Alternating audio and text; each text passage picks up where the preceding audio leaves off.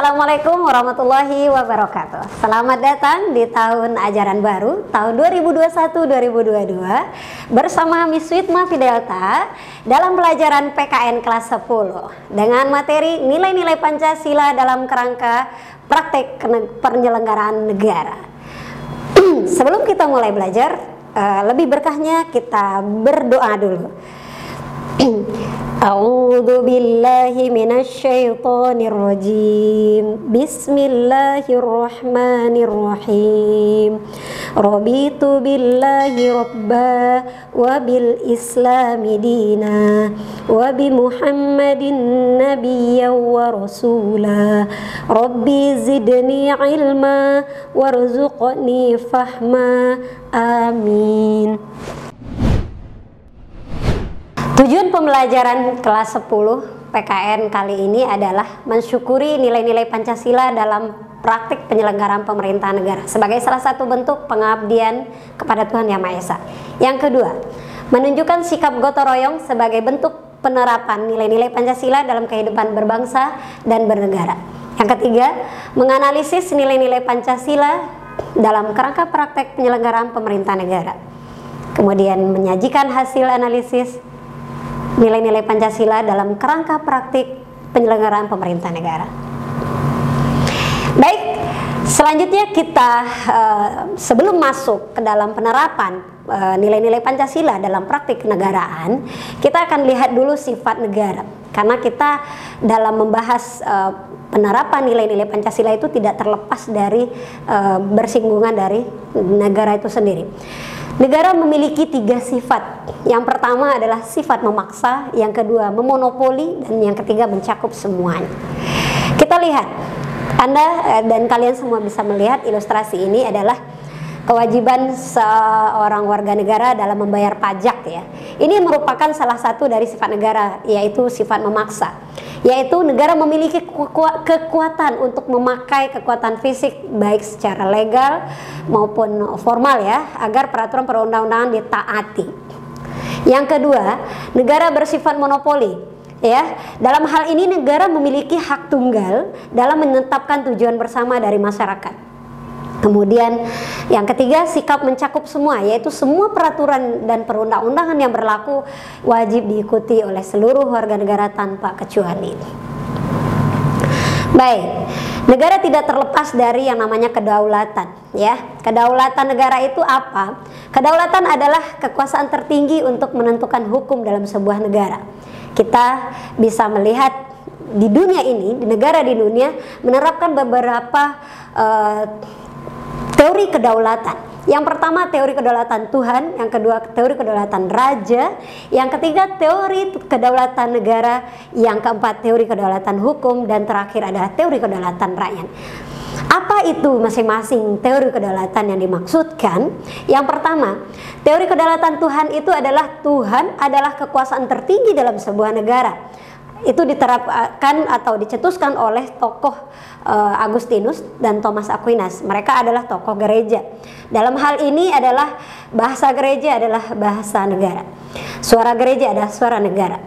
Teori kedaulatan negara mengatakan bahwa negara sebagai kekuasaan tertinggi, dalam arti di sini adalah apa yang dikeluarkan oleh negara, apa kebijakan yang dikeluarkan negara merupakan adalah hukum tertinggi dan diikutin oleh warga negara. Diterapkan atau dicetuskan oleh Jean Bodin dan Jelinek. Kemudian kedaulatan raja. Teori kedaulatan raja ini, raja memiliki kekuasaan secara absolut atau mutlak. Disampaikan oleh Machiavelli dan Thomas Hobbes.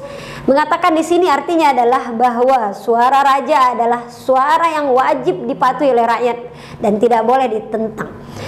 Kemudian kedaulatan hukum. Teori kedaulatan hukum ini mengatakan bahwa hukum di atas segala-galanya. Penyelenggaraan negara harus tunduk pada hukum. Baik penyelenggara negara maupun rakyat itu harus patuh pada dan tunduk pada hukum yang berlaku. Ini disampaikan, dicetuskan oleh Immanuel Kant dan Hugo de Groot. Kemudian terakhir ada teori kedaulatan rakyat. Teori kedaulatan rakyat ini mengatakan bahwa kekuasaan tertinggi berada di tangan rakyat. Artinya apa?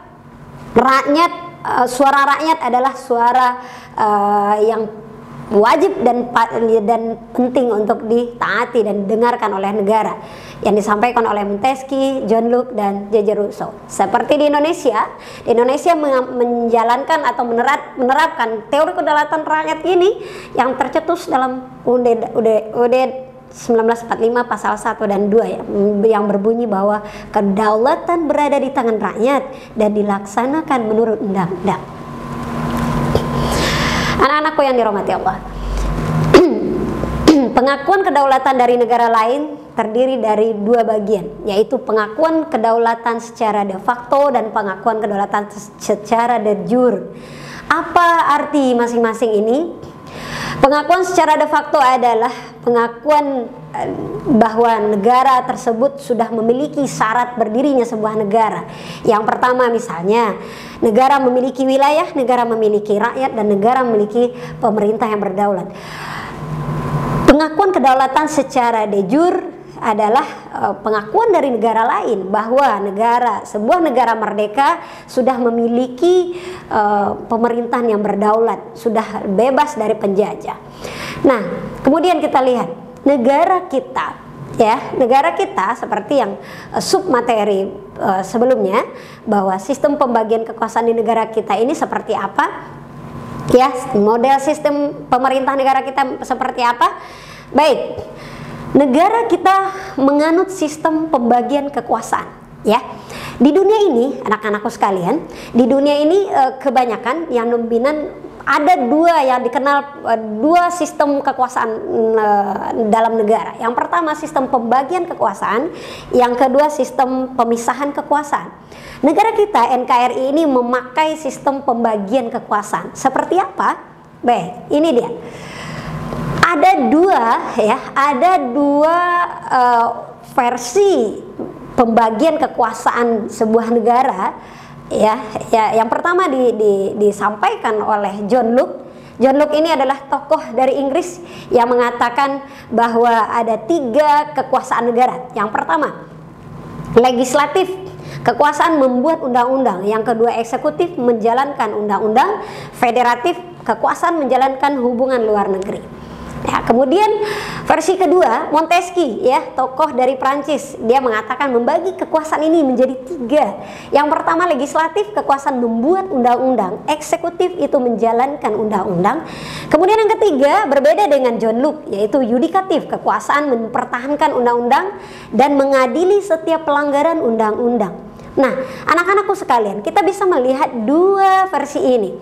John Locke mengatakan eksekutif dengan yudikatif itu sama. Yang berbeda itu adalah federatif, karena federatif itu dia berdiri sendiri. Kata John Locke, eksekutif itu udah sama dengan yudikatif, dia sama-sama sudah menjalankan. Mengadili artinya sama dengan menjalankan undang-undang tersebut. Berbeda sama Montesquieu. Montesquieu mengatakan eksekutif itu sama dengan federatif, yang berbeda adalah yudikatif. Federatif kan juga katanya juga sudah melakukan atau melaksanakan hubungan luar negeri, yang itu sama artinya dengan menjalankan juga tugas keeksekutifan. Namun di negara kita lebih mendekati pada konsep yang ditawarkan oleh Montesquieu. Baik, menurut Undang-Undang Negara Republik Indonesia tahun 1945, pembagian kekuasaan itu terdiri 2 bagian. Yang pertama, pembagian kekuasaan secara horizontal, yang kedua secara vertikal. Apa itu?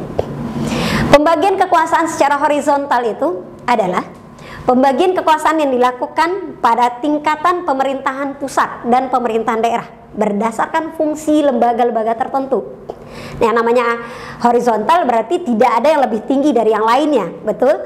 Nah, jadi pembagian kekuasaan di pemerintahan pusat berlangsung di lembaga-lembaga yang sederajat. Contohnya, eksekutif oleh presiden, legislatif oleh MPR, DPR, dan DPD, yudikatif oleh MA, MK, dan KY. Apa MA? Mahkamah Agung, Mahkamah Konstitusi, KY, Komisi Yudisial.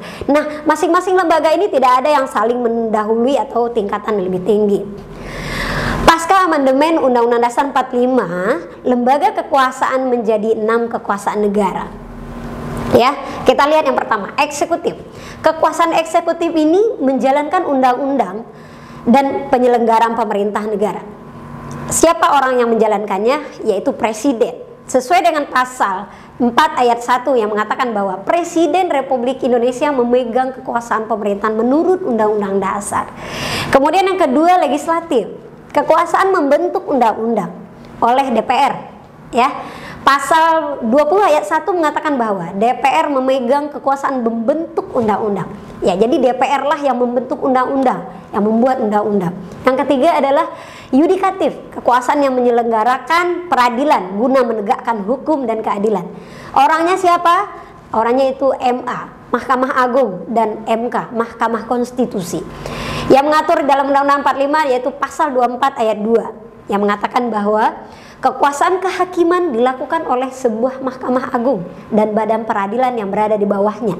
Ya, di bawahnya itu kan banyak ya, pengadilan tinggi, pengadilan negeri, dan pengadilan tata usaha negara, pengadilan militer, dan seterusnya. Yang keempat yaitu lembaga kekuasaan secara horizontal, yaitu konstitutif. Kekuasaan negara untuk mengubah dan menetapkan undang-undang dasar, yaitu lembaga yang mengerjakannya adalah MPR. MPR inilah yang bertugas mengamandemen, ya, mengamandemen Undang-Undang Dasar 45. Yang diamandemen, ingat, yang diamandemen adalah batang tubuh, bukan pembukaan.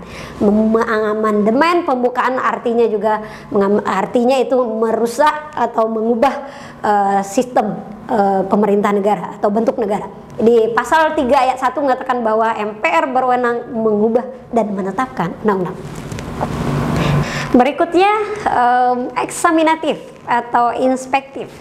Ya, kekuasaan ini adalah menyelenggarakan pemeriksaan atas pengelolaan dan tanggung jawab tentang keuangan negara. Siapa yang menyelenggarakannya? Yaitu BPK, Badan Pemeriksaan Keuangan. Nah, jadi pasal 23E ayat 1 mengatakan untuk memeriksa pengelolaan dan tanggung jawab tentang keuangan negara diadakan satu badan pemeriksa keuangan yang bebas dan mandiri. Kemudian yang terakhir adalah moneter, kekuasaan yang menetapkan dan melaksanakan kebijakan moneter, mengatur dan menjaga sistem pembayaran serta memelihara kestabilan nilai rupiah. Siapa yang menyelenggarakannya? Yaitu Bank Indonesia. Dalam Undang-Undang Dasar 45 pada pasal 23D bahwa negara memiliki suatu bank sentral, susunan dan kedudukan, kewenangan dan tanggung jawab dan independensinya diatur oleh undang-undang. Nah, jadi anak-anakku semuanya, ada 6 kekuasaan negara secara horizontal yang ada di negara kita pasca amandemen keempat Undang-Undang Dasar 45. Berikutnya kita masuk kepada pembagian kekuasaan secara vertikal. Apa itu kekuasaan secara vertikal? Pembagian kekuasaan negara berdasarkan tingkatannya. Ya, vertikal dari atas ke bawah ya, berdasarkan tingkatannya. Pasal 18 ayat 1 mengatakan bahwa negara kesatuan Republik Indonesia dibagi atas kabupaten dan kota, yang tiap-tiap provinsi, kabupaten, dan kota itu mempunyai pemerintahan daerah yang diatur dengan undang-undang. Nah, masih ingat? Undang-undang yang mengatur otonomi daerah yang pertama kali adalah Undang-Undang tahun 1999 ya. Pada tahun 1999 itu undang-undang pertama kali mengatur tentang otonomi daerah, tentang pemerintahan daerah pasca reformasi. Pembagian kekuasaan vertikal muncul sebagai konsekuensi dari penerapan desentralisasi di negara Kesatuan Republik Indonesia. Wujud nyatanya adalah adanya otonomi daerah, ya. Tujuan diadakan otonomi daerah ini adalah supaya daerah mandiri dalam menggali potensi yang ada di daerah tersebut, baik sumber daya alam yang ada maupun sumber daya manusia yang ada. Karena setiap daerah itu unik sekali. Dia berbeda dengan daerah yang lainnya, memiliki kekayaan yang berbeda, memiliki potensi yang berbeda. Makanya pemerintah memberikan otonomi daerah kepada daerah-daerah dalam konsep negara Kesatuan Republik Indonesia. Ingat, otonomi daerah bukan berarti memisahkan diri dari negara pusat ya, bukan berarti separatisme, tetapi hanya kewenangannya saja yang dibagi.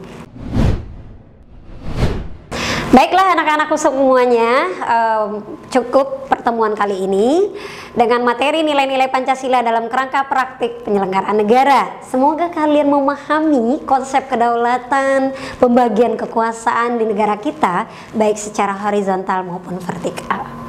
Kita tutup dengan membaca hamdalah, alhamdulillahirabbil alamin. Terima kasih telah menonton video ini.